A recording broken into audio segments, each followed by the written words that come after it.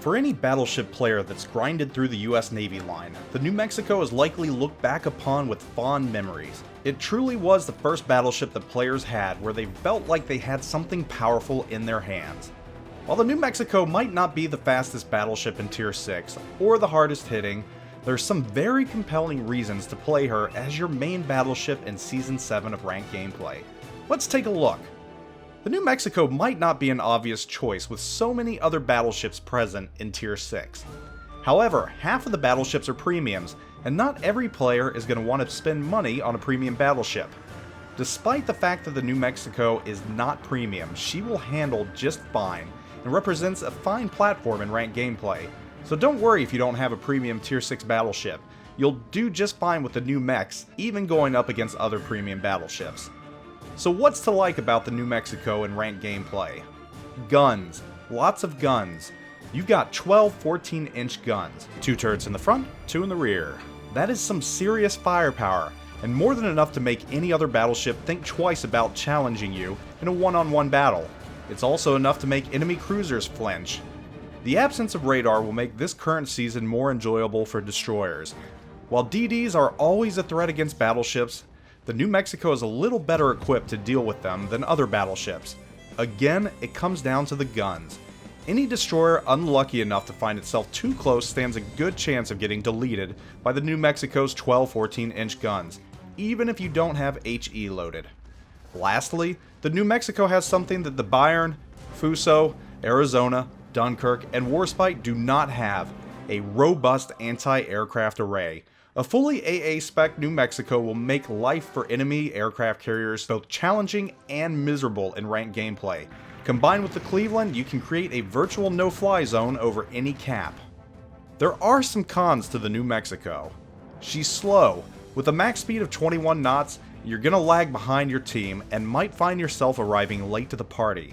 You won't be the tip of the spear in her. Her guns also lack range at only 16.1 kilometers.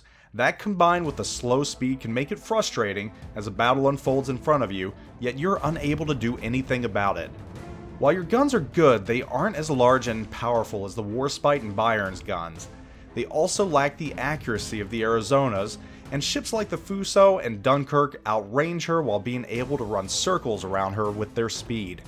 Despite this, the New Mexico is well-rounded and well-suited to ranked gameplay, and found success in the previous team battles.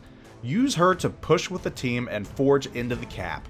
Her guns will stop any ships that come close, and her anti-aircraft guns will keep her and the fleet safe from carriers. While the New Mexico doesn't excel in any one category, she also isn't very weak in any one category either. And her AA alone makes her a more compelling offering than any of the other battleships in Tier 6. Just be careful and keep your angles. The other ships with larger guns can inflict damage. While you do have 4 turrets, getting an angle where you can use all 4 could be a dangerous gamble. Now that you know what the New Mexico has to offer, let's talk about how to set her up for ranked gameplay. Under the modules, I went ahead and chose Main Armaments Modification 1, and that's just to keep things going. I don't like my guns becoming damaged and unable to be used. Under the second slot, I use AA Guns Modification 2, and that's to boost the AA, to better take care of those pesky enemy aircraft. Under the 3 slot and the 4 slot, I took Damage Control System Modification 1 and Mod 2. And the reason for this is you're gonna take damage, you're gonna flood, you're gonna catch fire, and it's all about staying in the game. The quicker you can repair, the more likely you are to survive. And the more likely you are to survive, the more likely you can stay in the fight and win. Now let's talk about some captain skills you can use. We're gonna pretend that I have a 10-point captain. Not everyone has a 19-point captain, so I'm going to go over what the first 4 skills I would take would be for ranked gameplay. The first skill that I'd take is Priority Target. I like to know if I'm being focused. So obviously Priority Target tells you that, so that's going to be my first pick. In the second slot you have an option. I would choose either High Alert or I would choose Expert Marksman. High Alert because it keeps your ship in the fight and reloads your damage control party ever so much quicker. Or you can choose Expert Marksman to get your guns turning quicker, and you have a lot of guns to turn quickly. So we're going to select this one for the 2-point captain skill. As your 3-point captain skill, I would suggest taking Superintendent. And the reason why is for that extra heal.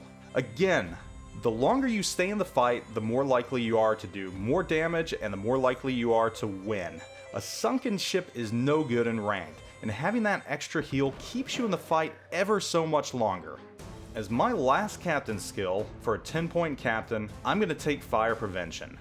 And the reason for this is, the New Mexico is prone to fire just like any other battleship. And again, the ability to not catch fire means that you're going to stay in the fight longer, and like I've said, the longer you stay in the fight, the more likely you are to win. So that's where I would put my 10-point captain. Again, that's just me, but I think this gives you a good start for ranked gameplay in the New Mexico. Now that you know how to outfit your New Mexico for ranked gameplay, get out there and get to rank 1. Thanks for watching, and I will catch you all later.